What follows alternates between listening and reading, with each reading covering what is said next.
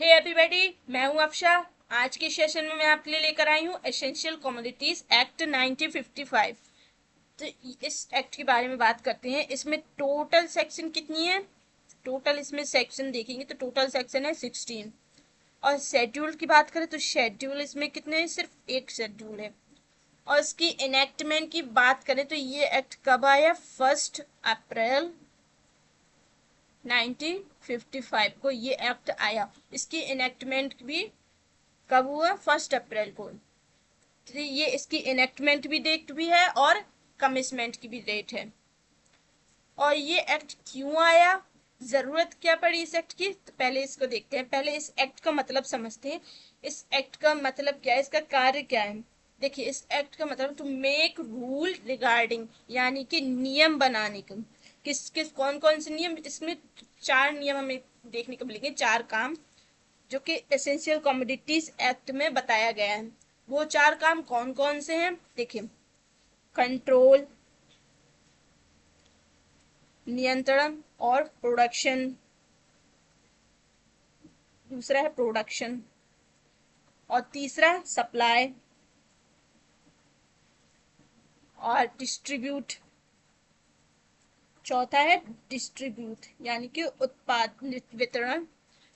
इन चीजों के लिए, इन चारों चीजों के लिए, सर्टेन कमोडिटीज को, निश्चित वस्तुओं के लिए जो कि डेली मर्रा की जो जरूरत की आवश्यक वस्तुएं हैं, उनके लिए ये एक्ट आया। तो उनके रेगुलेशन के लिए, इन चारों के रेगुलेशन के लिए ये एसेंशियल कमोडिटीज एक्ट बनाया गया। इसका हिस्टोरिकल अगर बैकग्राउंड देखें कि ये एक्ट कब हमें देखने को मिला, तो देखिए, इसका हिस्टोरिकल बैकग्राउंड देखें तो ये हमें वर्ल्ड वॉर 2 के टाइम पे ये हमें एक्ट के बारे में पता चलता है। देखिए, एग्जाम्पल के तौर पर हम बताते हैं। देखिए, जैसे कोरोना में ब्लैक मार्केटिंग करने लगे लोग, जैसे देखिए, एमआरपी से ऊपर सामान बेचने लगे। मार्केट प्राइस से जो एमआरपी है उससे दुगनी रेट में सामान बेचने लगे, जिससे बहुत से लोग 2-3 महीने का राशन इकट्ठा करने लगे, जिससे बाकी लोगों को मिलना था वो नहीं मिल पा रहा था।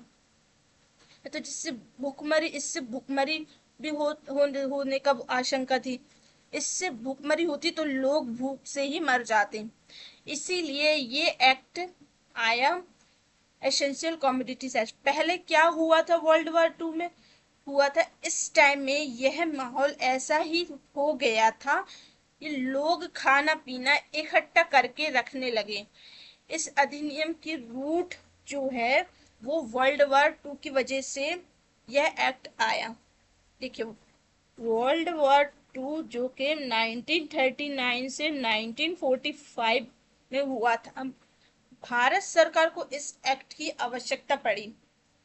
जो गवर्नमेंट ऑफ इंडिया है उसने under the defence of Indian act, India act 1939, कौन सा एक्ट? देखिए, अंडर द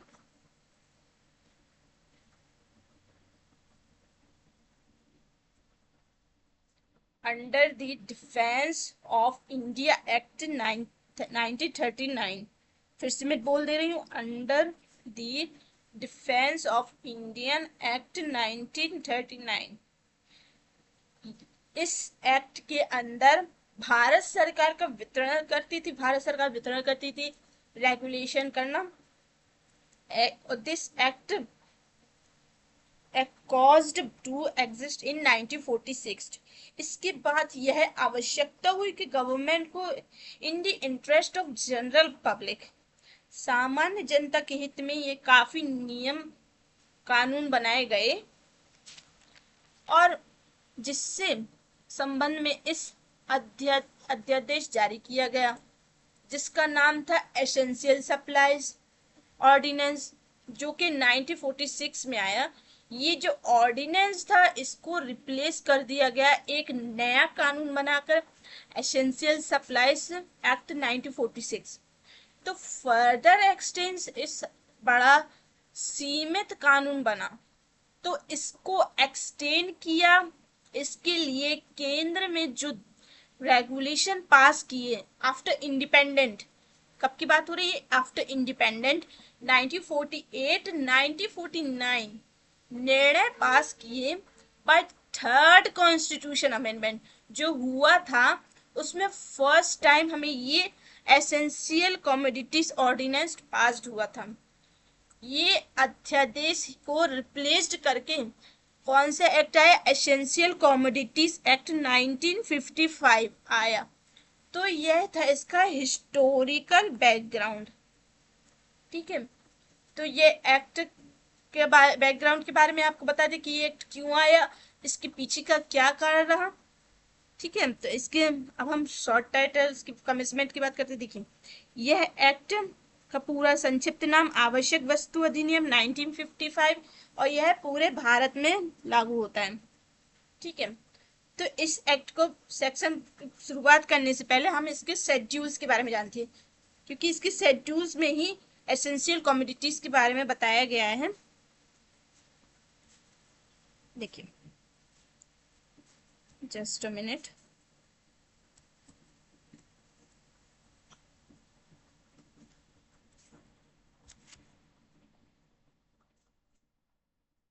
देखिए, जो शेड्यूल में बताया गया है, जो शेड्यूल में 8 जो क्लॉजेस दिए गए हैं उनके बारे में देखते हैं। देखिए,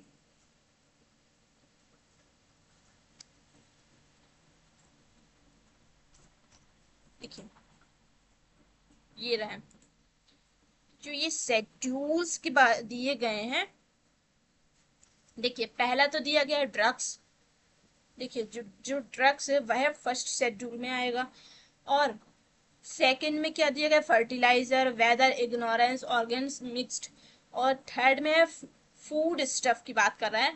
और फोर्थ बात कर रहा है किस चीज के बारे में यानी कि कपास से बने हुए चीज के। और फिफ्थ बात कर रहा है पेट्रोलियम और पेट्रोलियम उत्पाद के बारे में। और सिक्स बात करता है कच्चे जूट के बारे में।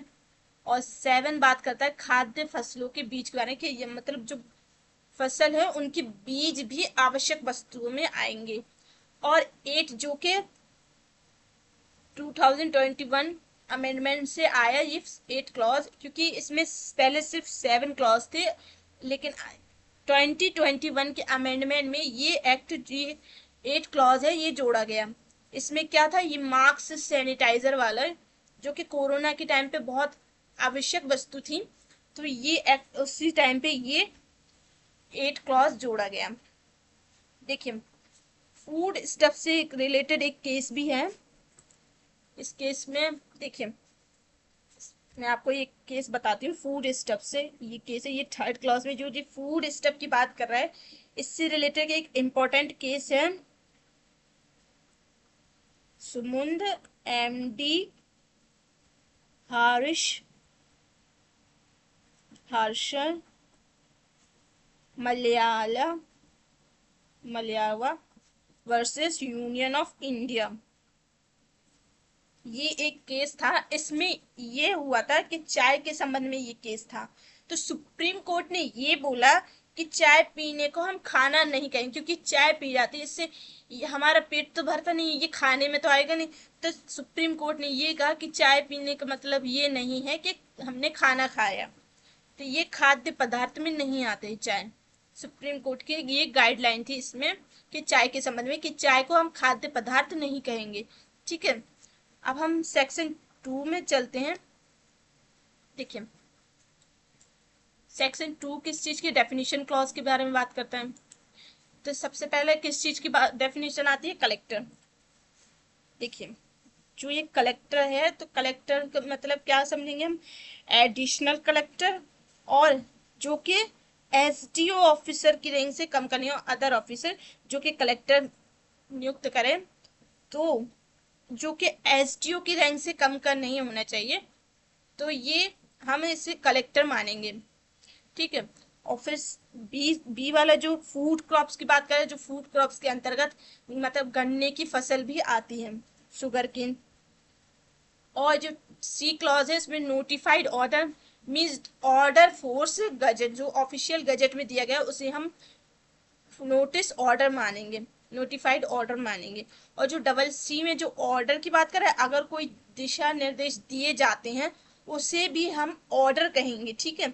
और जो डी वाले में जो स्टेट गवर्नमेंट की बात कर रहे हैं, जो डी क्लॉज में स्टेट गवर्नमेंट जो दिया गया है, इसका मतलब in relation to union territory, जो स्टेट के अंदर जो यूनियन टेरिटरी एडमिनिस्ट्रेटर, अगर यूनियन टेरिटरी के अंदर एडमिनिस्ट्रेशन है तो वह भी स्टेट गवर्नमेंट में आएगा, ठीक है। तो ये एडमिनिस्ट्रेशन वर्ड हमें याद रखना है, इसमें एडमिनिस्ट्रेशन वर्ड भी जो दिया गया है। और ई वाले क्लॉज में शुगर के बारे में बात कर रहे हैं। शुगर मतलब चीनी। चीनी में तीन बातें आती हैं, कौन कौन सी देखिए। पहला क्लॉज तो ये बात कर रहा है कि कोई भी शुगर का फॉर्म हो जिसमें जिसमें हमें क्यूकर दिखता है, देखिए, जो कि सुक्रोज, जो कि चीनी को क्या कहें, जिसमें सुक्रोज और 90% पाया जाता है, वह शुगर है। और शुगर कैंडी भी शुगर में आएगी। और बी वाला क्लॉज बात कर रहा है खंडासरी चीनी या भूरा चीनी, जिसे भूरा चीनी भी बोलते हैं, खंडासनी चीनी, भूरा चीनी वगैरह, जो कि इसमें दी गई है, देखिए, खंडासनी चीनी, भूरा चीनी या क्रश चीनी। देखिए, खंडासनी चीनी का मतलब क्या है, ये चीनी या अक्सर गांव में ये चीनी पाई जाती है, इसे देसी चीनी भी बोलते हैं, जो कि हल्की येलो कलर की होती है, तो ये इसे खंडासनी चीनी बोल कहते हैं, वह गांव में पाई जाती है, ठीक है। और जो थर्ड में बताया गया है sugar process vacuum pan sugar, यानी कि जो फैक्ट्री में शुगर का जो बन रही है कच्ची चीनी, उसे भी हम शुगर में बोलेंगे, उसे भी शुगर मानेंगे, ठीक है, जो कच्ची चीनी है। अब 2A की बात करते हैं। 2A में एसेंशियल कमोडिटीज डिक्लेरेशन की बात कर रहा है। देखिए, स्पेसिफाइड इन शेड्यूल, जो कि शेड्यूल में स्पेसिफाइड किया है। अभी हम शेड्यूल पढ़ के आए हैं, ठीक है, पढ़ा था, जिसके साथ पढ़ा है। और देखो, जो 8 कमोडिटीज बताई गई हैं शेड्यूल में, उसके बारे में बात कर रहा है ये। और सेकंड जो क्लॉज है वो किस चीज के बारे में, इसके संबंध में शेड्यूल के अंदर जो अमेंडमेंट है सेंट्रल गवर्नमेंट कर सकती है, इन the interest of general public कर सकती है, ठीक है। और जो फोर्थ क्लॉज है, ये केंद्र सरकार, इसमें ऐड और रिमूव करना, और कोई भी कॉमोडिटीज को जो कि शेड्यूल से हटाया जाना जा सकता है, हाँ, लेकिन इन कंसल्टेशन ऑफ सेंट्रल और स्टेट गवर्नमेंट कर सकती है, ठीक है। देखिए, किसी भी चीज को जोड़ना है, घटाना है, तो ये किससे करेगा, स्टेट गवर्नमेंट की कंसल्टेशन से, ठीक है। और जो थर्ड में जो दिया गया है, any notification issued under subsection 2, इसमें अगर किसी भी वस्तु को शेड्यूल में जोड़ दिया है, कब तक अफेक्ट में रहेगा, तो इसमें मैक्सिमम टाइम बताया गया है 6 मंथ, जो कि शेड्यूल में जो चीज दी गई है तो वो कब तक वैलिड रहेगी, सिर्फ 6 मंथ तक वैलिड रहेगी।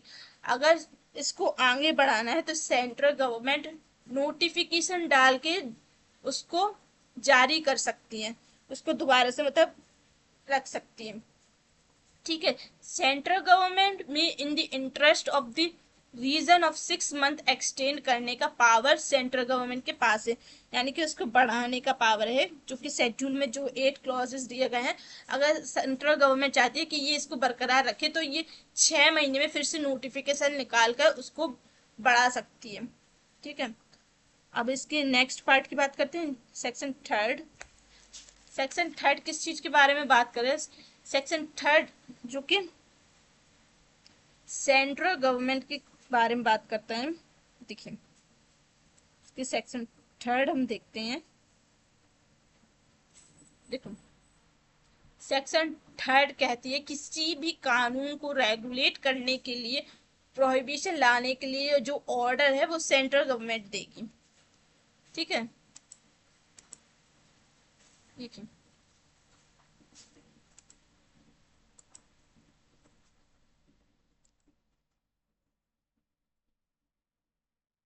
सेक्शन थर्ड, देखिए, जो सेक्शन थर्ड की बात कर रहा है, जो रेगुलेट करने के लिए, जो प्रोहिबिशन लगाने के लिए जो ऑर्डर देगी, कौन देगा? सेंट्रल गवर्नमेंट देगी। किसी भी प्रोसीडिंग को रेगुलेट करने के लिए, जो प्रोहिबिशन करने के लिए ऑर्डर जो पास करती है, वो कौन करेगी? Central government. ये सेक्शन थर्ड बात करते हैं।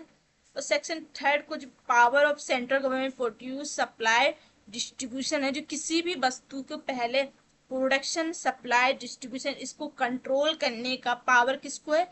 सेंट्रल गवर्नमेंट को। हाँ, और जो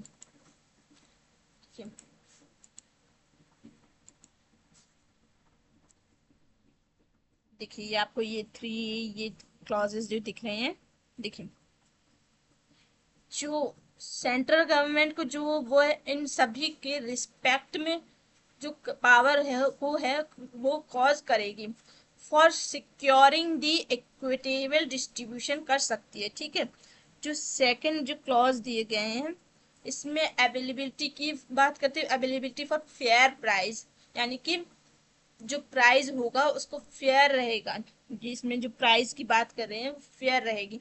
और थर्ड में securing any essential commodities defence, जो सिक्योरिटी है उसे डिफेंस करेगी। और फोर्थ में जो बात करा है एसेंशियल कमोडिटीज ऑफ मिलिट्री, इन इनकी चारों के संबंध में सेंट्रल गवर्नमेंट में by the order provide for regulating और प्रोहिबिटेड कर सकती है। ठीक है, सेक्शन थर्ड जो कि सेंट्रल गवर्नमेंट टू टाइप्स की पावर के बारे में बताते हैं, किसी भी चीज को रेगुलेट करना, प्रोहिबिट लगाना अकॉर्डिंग टू दिस सिचुएशन।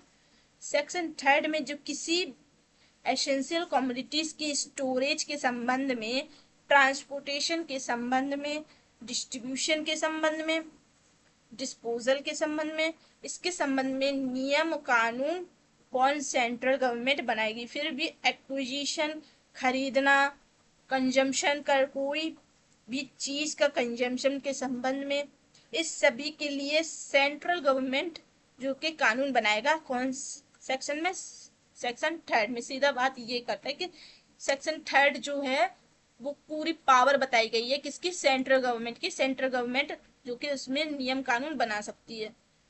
ठीक है, इसके साथ हम पढ़ेंगे सेक्शन 7, जो कि 7 में पेनाल्टी की बात कर रहे हैं। सेक्शन थर्ड के साथ हम रीड विथ करेंगे सेक्शन 7। देखिए, चलिए देखते हैं हम सेक्शन 7 जो कि पेनाल्टी के बारे में बात करता है। एक सेकेंड,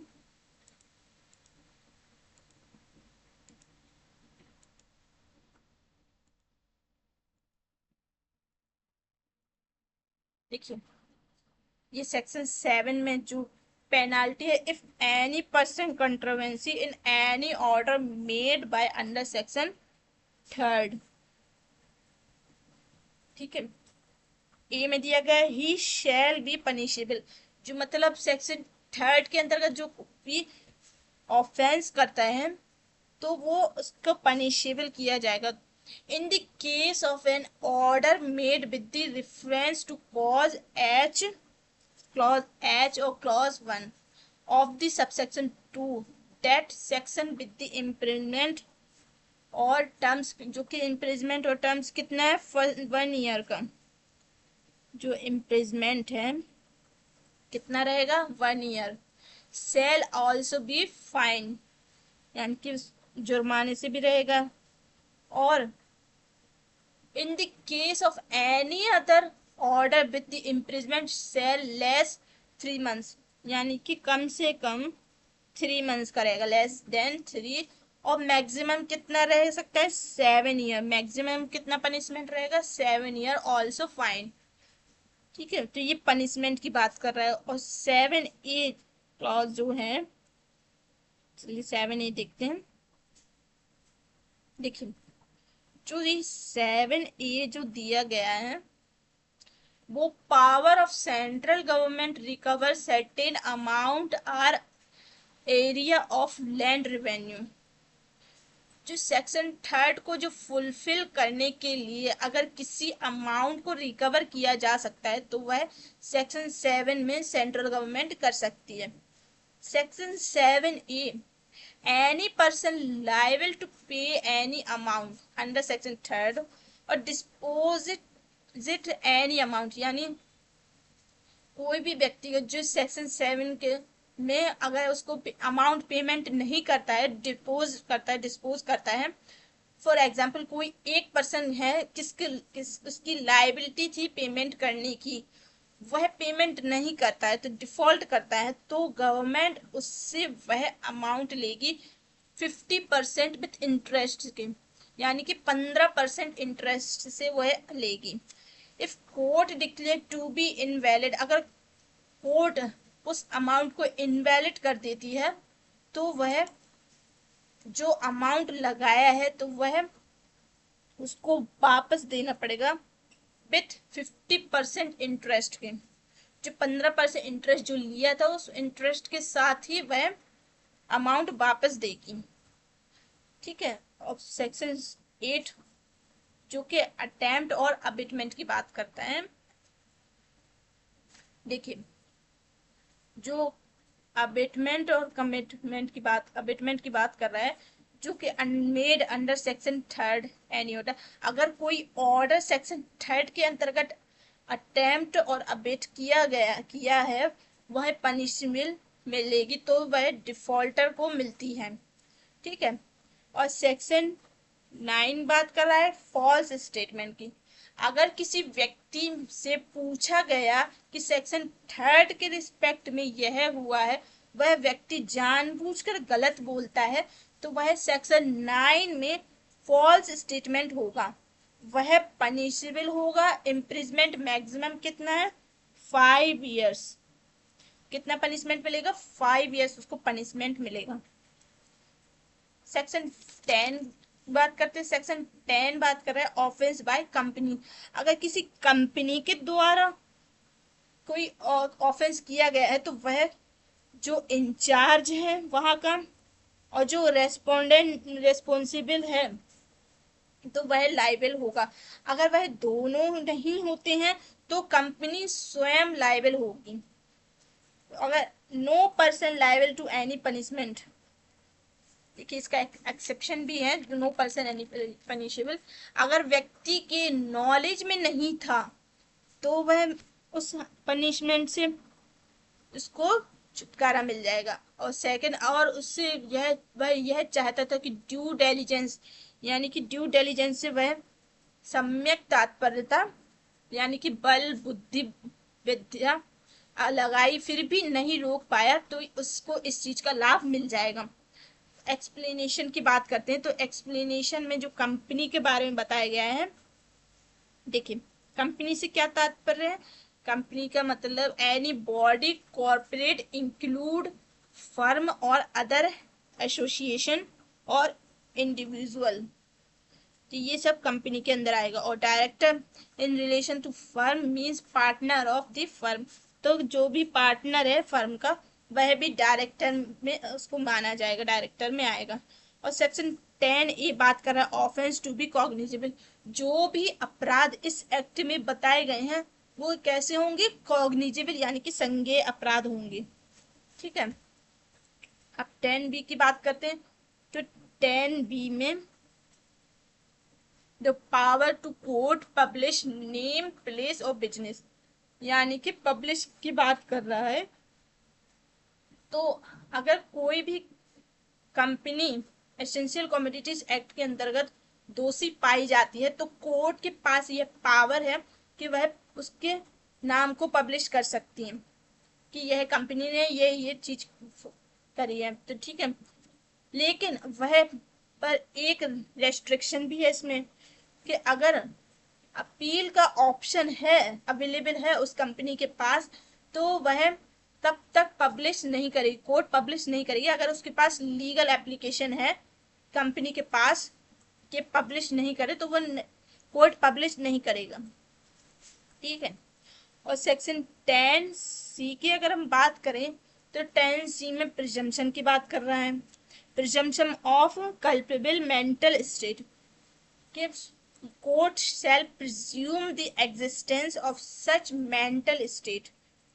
कोर्ट यह प्रिज्यूम करेगा, ठीक है, कोर्ट यह मान के चलेगा कि आपने एसेंशियल कमोडिटीज के रिस्पेक्ट में यह ऑफेंस किया है, आप जानते थे, यह मानने कि यह चलेगा, ये मान के चलेगा कोर्ट कि आपको इस बारे में नॉलेज थी, आपकी मेंटल कैपेबिलिटी थी, ठीक है। और सेक्शन 11 की बात करें तो 11 बात कर रहा है कॉग्निजेंस ऑफेंस के बारे में, ठीक है, जो कि आईपीसी में सेक्शन 21 है जो डिफाइन किया गया है। और सेक्शन 12 के बारे में बात करें, सेक्शन 12 जो कि special provision regarding to fine के बारे में बात कर रहा है। और 12A के बारे में बात करें, पावर टू ट्राई समरीली, अगर कोई ऑफेंस एसेंशियल कमोडिटीज के अंतर्गत हुआ है तो क्या उसका समरीली ट्रायल हो सकता है? हाँ, तो हो सकता है। अगर सेंट्रल गवर्नमेंट के ओपिनियन में लगता है कि सेंट्रल गवर्नमेंट को यह लगता है कि समरी ट्रायल कर सकते हैं तो वह समरी ट्रायल करेगी। Central government the notification shall be laid before, यानी कि सेंट्रल गवर्नमेंट को नोटिफिकेशन निकालना होता है जो कि लोकसभा और राज्यसभा रखा जाएगा, राज्यसभा के बीच रखा जाता है, लोकसभा और राज्यसभा के बीच। तो सीआरपीसी का जो प्रोविजन है अंडर सेक्शन 262 265 जिसमें दिया गया है, तो सारे प्रोविजन लगेंगे यहाँ पर अप्लाई होंगे जो सीआरपीसी में दिए गए हैं, यानी कि आप बीएनएस में देखेंगे उसमें भी हमें ये देखने को मिलेगा, ठीक है। तो जो समरीली ट्रायल में जो मैक्सिमम इम्प्रिजमेंट होता है वो 1 ईयर का होता है। और समरीली ट्रायल जो है जेएमएफसी और एमएम करेगा। नो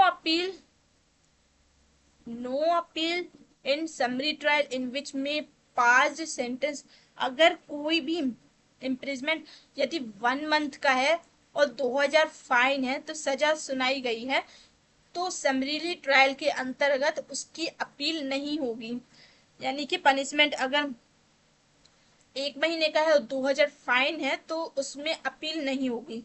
अगर मजिस्ट्रेट कॉम्पिटेंट नहीं है समरीली ट्रायल के लिए तो वह कॉम्पिटेंट मजिस्ट्रेट को ट्रांसफर कर देगा, वो ऑफेंस जो केस हुआ है वो समरीली ट्रायल जो कॉम्पिटेंट मजिस्ट्रेट है उसके पास ट्रांसफर कर देगा। सेक्शन 12B की अगर बात करें हम, देखिए सेक्शन 12B जो कि ग्रांट इंजंक्शन के बारे में बात कर रहा है, तो क्या सिविल कोर्ट इंजंक्शन लगा सकता है? नहीं। किसी भी relief against the central government और state government in the general public officer नहीं लगा सकता, देखिए इन जनरल नहीं लगाएगा, ठीक है। सेक्शन 13 की हम बात करें तो सेक्शन 13 आदेशों के बारे में अवधारणा करता है। और सेक्शन 14 जो कि कतिपय दशाओं के प्रमाण का भार के बारे में बात कर रहा है। और सेक्शन 15 अधिनियम के अधीन की गई कार्रवाई के संरक्षण के बारे में बात कर रहा है, protection act taken under act. तो इसकी हेडिंग बस पढ़ेंगे हम।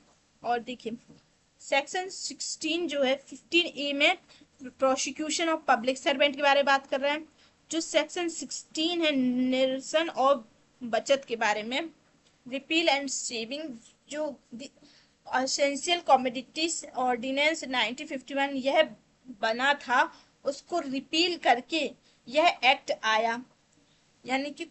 और बी वाला बात कर रहा है कोई भी लॉ एसेंशियल कमोडिटीज को लागू होने से पहले जो ऑर्डिनेंस बना था वह भी रिपील हो जाएगा, यानी कि उसके पहले के जो भी एक्ट बने थे वह सारे क्या रिपील हो जाएंगे।